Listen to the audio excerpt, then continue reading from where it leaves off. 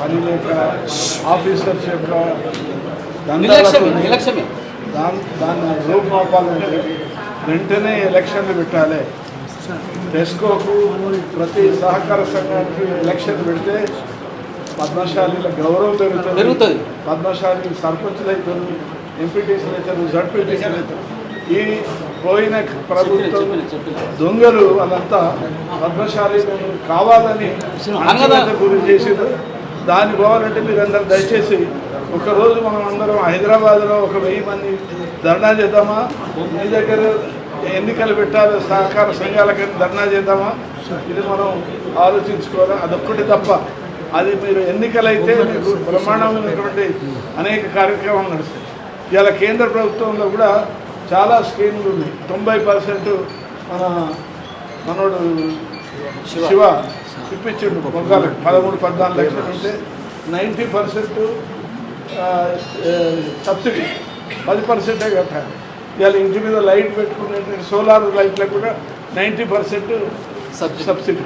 అట్లా frame rooms మొగ్గాలు, గుంట మొగ్గాల యొక్క ఫ్రేమ్ రూమ్స్ అది 1,50,000 వరకు ఉంటుంది. దానికి కూడా 90% సబ్సిడీ. ఇక చాలా మనోడు బాగా స్టడీ చేసిండు శివ, అది 90% సబ్సిడీ ఉన్నది. కాబట్టి ఆ 90% సబ్సిడీ ఉండేటువంటి కార్యక్రమాలు ప్రతి వీవర్కి అందించవచ్చు. సొసైటీలకు కూడా ప్రతి కోట్ల రూపాయలు, 1000 కోట్లు ఉన్నాయి. కేంద్ర ప్రభుత్వం గతంలో కరోనా వచ్చినప్పుడు ఆన్లైన్లో రిజిస్టర్ చేసుకోమన్నారు సొసైటీలో. ఇండివిజువల్ లీవర్లను ఆన్లైన్ రిజిస్టర్ చేసుకున్న వాళ్ళందరికీ కూడా ఇతర దేశాలకు బట్టలు పంపడానికి మోదీ ప్రభుత్వంలో దాదాపు 100,000 కోట్ల రూపాయల సరుకులు 2 సంవత్సరాలు మనం కరోనా టైంలో ఆ విధంగా మోదీ గారు చేశారు. ఇవాళ 7వ తారీఖు మోదీ గారు చేసినటువంటి ఈ జాతీయ చేనేత దినోత్సవం అనేది 2015లో ప్రధానమంత్రి స్వయంగా మద్రాసు వచ్చిండు. అప్పుడు అందరం కూడా మద్రాసులో ఫస్ట్ మీటింగ్ పోయింది. అప్పటి నుంచి ప్రతి సంవత్సరము జాతీయ స్థాయిలో ప్రభుత్వాలు చేస్తున్నాయి, కలెక్టర్లు చేస్తున్నారు. దుర్మార్గం ఏంటంటే ఈ జాతిని మరిపించడానికి కేసీఆర్ చేసిన కుట్ర. దానివల్ల 14 ఏళ్ళు 10 ఏళ్ళు ఎన్నికలు లేవు. ఇప్పటికి కూడా ఈ ప్రభుత్వం అదే బాటలో ఉంది. మేము ఈ మధ్యన ముఖ్యమంత్రి గారిని కలవడానికి ప్రయత్నం చేస్తున్నాం. కలిసినాక చేనేత మెమోరాండంలో ఈ ఎన్నికలు పెట్టాలి అని దాన్ని గట్టిగా మేము తీసుకుంటున్నాం. అదేవిధంగా కేంద్రము ఏవైనా ఇవ్వడానికి సిద్ధంగా ఉంది చేనేత కార్మికులు. ఎందుకంటే వారు ఈ యొక్క చేనేత దినోత్సవం 10 ఏళ్ళు పెట్టినప్పటి నుంచి కేంద్ర ప్రభుత్వం దాదాపు 3.5-4 రెట్లు ఈ యొక్క ఉత్పత్తి పెరిగింది. అది సిల్క్ కానీ, అదే మన కాటన్ కానీ, లేకపోతే మన ఖాదీ కానీ 3-4 రెట్లు పెరిగింది. నార్త్లో ఖాదీ విపరీతంగా అభివృద్ధి. కాబట్టి పని కల్పించే వృత్తి వ్యవసాయం తర్వాత గాంధీజీ చెప్పిండు, రాజగోపాలాచారి చెప్పిండు, దరిద్రపు ప్రభుత్వాలు వచ్చి వాళ్ళు అన్నీ మర్చిపోయి గాంధీని మర్చిపోయింది, అందరినీ మర్చిపోయి బ్రాందీలా కూడా అలవాటై వీళ్ళంతా కాంగ్రెస్ మిగతా గతంలో ఉన్న ప్రభుత్వాలన్నీ కూడా చేనేతను పూర్తిగా అన్యాయం చేస్తున్నాయి. వాళ్ళ పెత్తనం దాగడానికి, వాళ్ళ పెత్తనము ఈ యొక్క కార్మికుల మీద ఉండడానికి భయపెట్టించి వాళ్ళని ఏదో సొసైటీని ఒక ఆఫీసర్తో నడిపించి ఈ విధంగా దరిద్రమైన ఆలోచనలు పోవాలంటే ఫస్ట్ ఒకటి చేనేత సంఘాలకు వెంటనే మనం ఎన్నికలు పెట్టాలనే డిమాండ్ మీరు ఇప్పటి నుంచి స్టార్ట్ చేయండి. అవసరమైతే అక్కడ ధర్నా చేస్తాం, మాట్లాడతాం, అందరం వస్తాం, హైదరాబాద్ ధర్నా చేద్దాం. ఇది ఒక్కటైతే మనకు 1000 రకాల ఉపయోగాలు వస్తాయి. మార్కెట్ కూడా లేదు సార్, మార్కెట్ మొత్తమే లేదు, అన్నీ వస్తాయి. మార్కెట్ అనేది లేకుండా చేస్తారు. అది కూడా వస్తుంది. టెస్కో వాళ్ళు ఖరీదులే లేవు, వీవర్స్ చేసిన దాన్ని తీసుకోవడం లేదు, మార్కెటింగే బంద్ చేశారు. అది మార్కెట్ లేకపోవడానికి వీటన్నిటి కూడా మన ఎన్నికలు రావాలి. ఎన్నికలు వస్తే దాన్ని మనం అనేక రకాలుగా మన లీడర్షిప్ దొరుకుతుంది. అందరం పోయి కేంద్రం కానీ రాష్ట్రం కానీ మాట్లాడే అవకాశం ఇవ్వలేడు. వాళ్ళ ఇష్టం వచ్చినట్టు వాళ్ళు నడుపుతూ ఉన్నారు. దీన్ని ఆపాలే. కాబట్టి అది ఒకటి. రెండవది, ఈ ప్రపంచంలో కానీ ఈ రాష్ట్రంలో కానీ ఈ యొక్క మట్టిలో పుట్టినటువంటి కొండా లక్ష్మణ్ బాపూజీ గారు ఇక్కడి నుంచి ఎమ్మెల్యే అయ్యిండు, 2-3 సార్లు మంత్రి అయ్యిండు. తెలంగాణ కూడా జీవితాంతం గొప్ప నాయకుని కన్నా చేనేత మన రంగం ప్రపంచంలో గుర్తింపు చేసినటువంటి కొండా లక్ష్మణ్ బాపూజీ గారికి వారికి భారతరత్న ఇవ్వాలని నేను అమెరికాలో నార్త్ అమెరికా పద్మశాలి అసోసియేషన్ కూడా నేను పోయినప్పుడు 2011లో పెట్టొచ్చాను 10 మందితో. ఇవాళ 2000 మంది ప్రతి సంవత్సరం వస్తున్నారు. అక్కడ వాళ్ళందరికీ చెప్పిన మీరు బాగా ఎంజాయ్ చేస్తారు, తింటారు, తాగుతారు, కానీ ప్రతి సంవత్సరం ఏదైనా చేయాలి చేనేత కార్మికులు అని చెప్పినాం. అప్పటి నుంచి ప్రతి సంవత్సరం సుమారుగా 70 లక్షల కోట్ల రూపాయలు అక్కడ కలెక్ట్ చేసి ఇప్పుడు సెప్టెంబర్ 20వ తారీఖు నాడు అక్కడ అమెరికాలో వాషింగ్టన్ దగ్గరనే మీటింగ్ ఉన్నది. ఫోటోలు కూడా మనం పోవచ్చు వీసా ఉంటే. కాబట్టి ఆ మీటింగ్లలో కూడా మేము చెప్పి ప్రతి సంవత్సరం కోటి రూపాయలు వస్తున్నాయి వృద్ధాశ్రమాలకు, పిల్లల మన హాస్టళ్లకు, అదేవిధంగా స్కూళ్ళకు, ప్రైవేట్ స్కూళ్ళు, చేనేత వంటి పెట్టిన వాటికి ఈ విధంగా అనేక రకాలుగా వాళ్ళు డబ్బులు కూడా పంపిస్తున్నారు.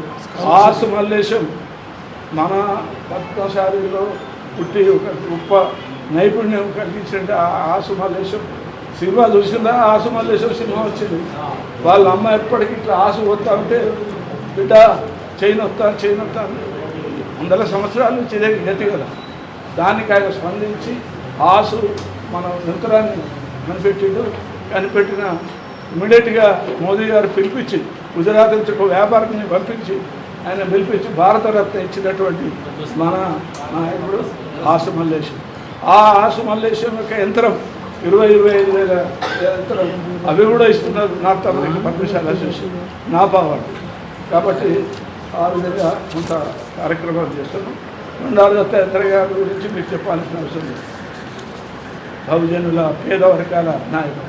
అరే వాళ్ళు సారు కేంద్రంలో 2-3 సార్లు మంత్రి, సారు గారు గవర్నర్. అది రామ్నగర్లో ఇల్లు కట్టుకున్నాను నన్ను అడిగిన అదే పెద్ద బంగాలు కట్టుకుంటారు మంత్రులు వీళ్ళంతా. నీ సారేమో గల్లీలో ఉంటాడేమో. మా సారు బతికింది, ఆయన పుట్టింది పేద వర్గాల్లో, ఆయన చేసేది పేదల కొరకు. కాబట్టి పేదలకు అందుబాటులో ఉండాలనే నాయకుడు బండారు దత్తాత్రేయ. వారు ఇక్కడ రావడం మనందరూ కూడా. సో నేను కూడా ఇక్కడ ఒక మీటింగ్ పెట్టిన 1976-77 కాన్సీ కేంద్ర మంత్రి కాన్సీరామ్ ఆయన తీసుకొచ్చినాం. నేను అప్పుడు నల్గొండలో కారేసులో ప్రతి మండలానికి పోయి వచ్చాను. చేనేత కార్మికులు చెప్పేసి దాదాపు 2-3 వేల మంది కొని ఇక్కడ మన సదస్సు దత్తాత్రేయ గారు కూడా వచ్చింది, విద్యాసాగర్ గారు వచ్చింది. కాబట్టి ఈ విధంగా కార్యక్రమాలు ఎవరో మనం తెగింపు చేయాలి. ఈసారి సొసైటీ ఎన్నికలకు ఒకటి, రెండోది భారతరత్న బాపూజీకి ఇవ్వాలని. ఈ రెండింటిని మనం ప్రతి చోట ప్రతి మీటింగ్ చెప్పాలి. దాని కొరకు దత్తాత్రేయ గారితో సంప్రదించి కేంద్రంలో పోయి ప్రధానమంత్రికి తర్వాత రాష్ట్రపతికి కూడా మనం విమానం ఇస్తాం. ఈ విషయాలని మనసులో పెట్టుకొని మనం పనిచేద్దామని మీ అందరికీ నమస్కారం చేస్తున్నాం. అధ్యక్షులు నేను పోచంపల్లి రావడం జరిగింది. పోచంపల్లి గ్రామం అంటేనే చేనేతకు ప్రసిద్ధి అని, చేనేత ఎక్కడ చూడాలంటే మొట్టమొదటి దర్శించాల్సింది పోచంపల్లి మాత్రమే అని నేను భావించి ఇవాళ పోచంపల్లి రావడం జరిగింది. తర్వాత కొండలక్ష్మణ్ బాపూజీ గారికి శ్రద్ధాంజలి ఘటించిన. చాలా విషయాలు మీరు మాట్లాడారు. ఇద్దరు మాజీ ఎమ్మెల్యే, బాగా ఈ చేనేత రంగంలోనే బాగా అనుభవం ఉంది. పన్నాల శ్రీరాములు గారు అలాగే చాలా సీనియర్ నాయకుడు, చేనేత కార్మికుల గురించి అనేక విధాలుగా పోరాటం చేసినటువంటి ధనంజయ గారు, అలాగే మన ఈ యొక్క శ్రీరాములు గారు, మన నోముల గణేష్ గారు ఎక్స్ సర్పంచ్,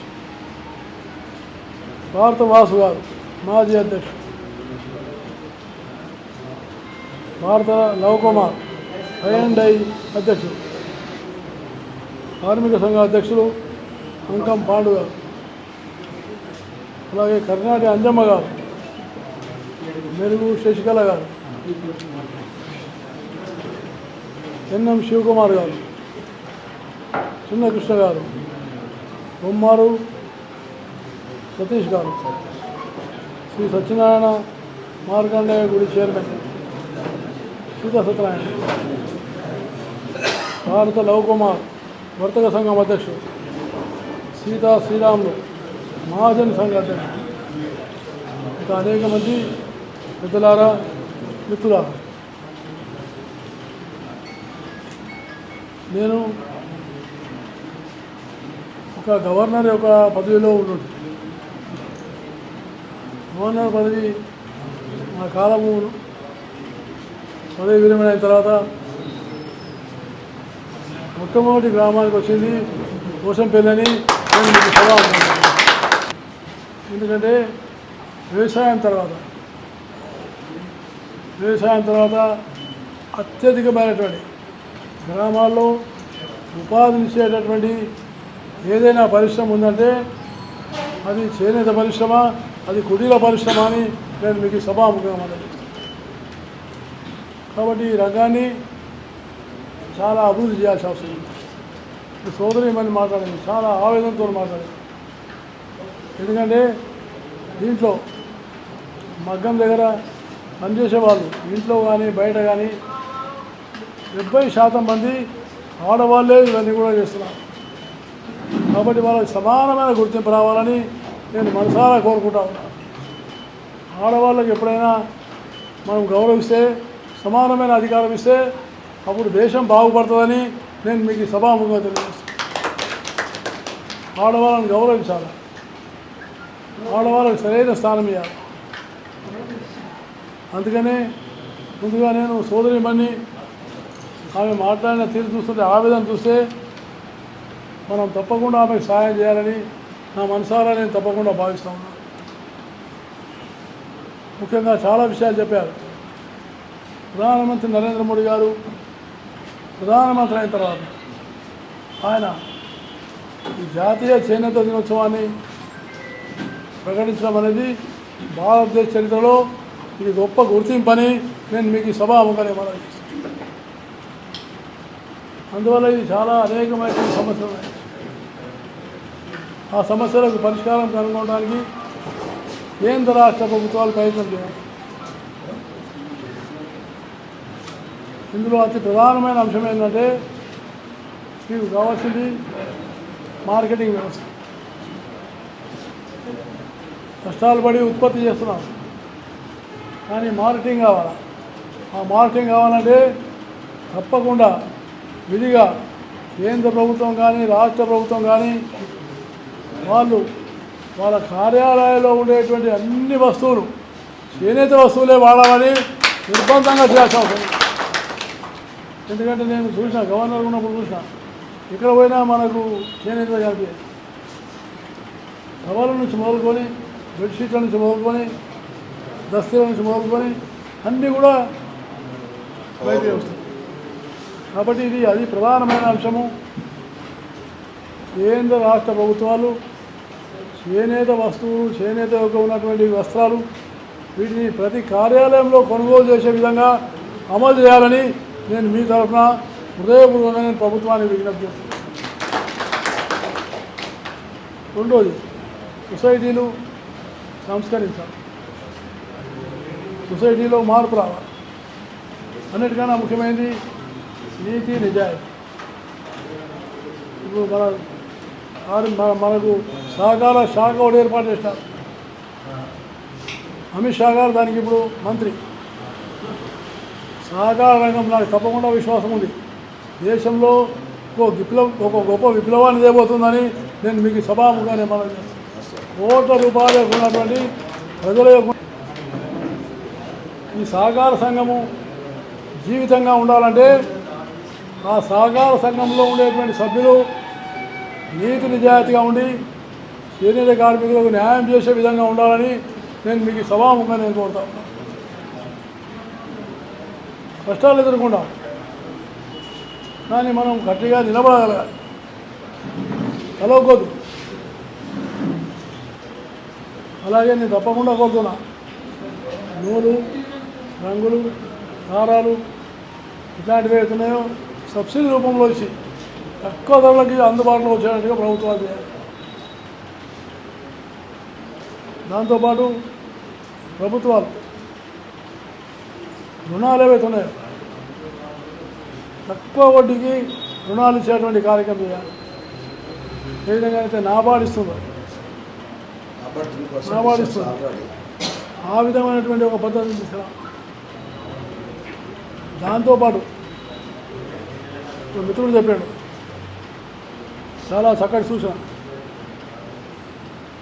ఆయన చెప్పినటువంటి project CDP cluster development programme CDP అంటే క్లస్టర్ డెవలప్మెంట్ తెలుగులో సముదాయం అంటే ఈ క్లస్టర్ అభివృద్ధి సిడిఎస్ అంటే మనకు ఉన్నటువంటి ఒక ఈ క్లస్టర్ ఏతుందో ఇది ఎంత పటిష్టంగా ఉంటే కేంద్ర ప్రభుత్వం మనకు అంత పెద్ద సబ్సిడీ ఇస్తుంది, రాష్ట్ర ప్రభుత్వం ఇస్తుంది, దాన్ని మనకు చాలా సహకారంగా ఉపయోగపడుతుంది.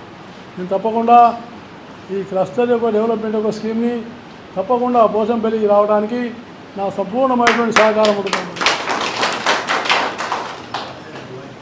ఎందుకంటే సొసైటీలు బలపడాలి, సొసైటీలు బలపడాలంటే సభ్యులు బలపడాలి.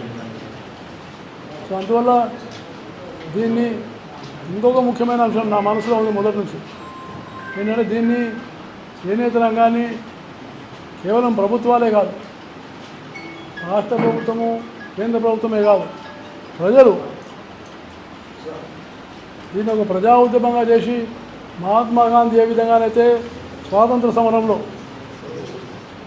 స్వదేశీ అనే భావం తీసుకొచ్చిందో అదే రకంగా మనం ప్రజలు అత్యధికంగా చేనేత వస్త్రాలను కొనేటటువంటి ఒక వాతావరణాన్ని దేశంలో నిర్మాణం చేయాలని ఇది మా అందరి బాధ్యత అని మీకు హృదయపూర్వకంగానే మనం చేస్తుంది.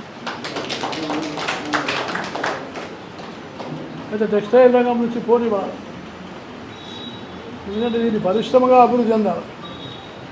ఇది కుటీర పరిశ్రమ, తక్కువ పెట్టుబడిలో ఎక్కువ మందికి ఉపాధి దొరుకుతుంది. సో అందుకనే దీన్ని ఇంకా ఇలాంటి సహకార సంఘాలు కోట్ల రూపాయల్లో టర్న్ ఓవర్లో ఉండాలి.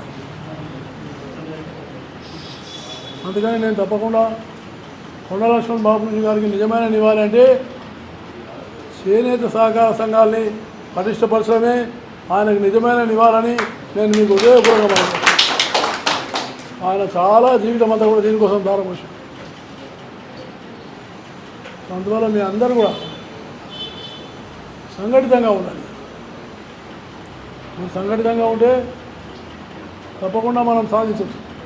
కాబట్టి సంఘటితంగా ఉండండి, రాజకీయాలకు అతీతంగా ఉండండి, రాజకీయాలకు అతీతంగా ఉండాలి.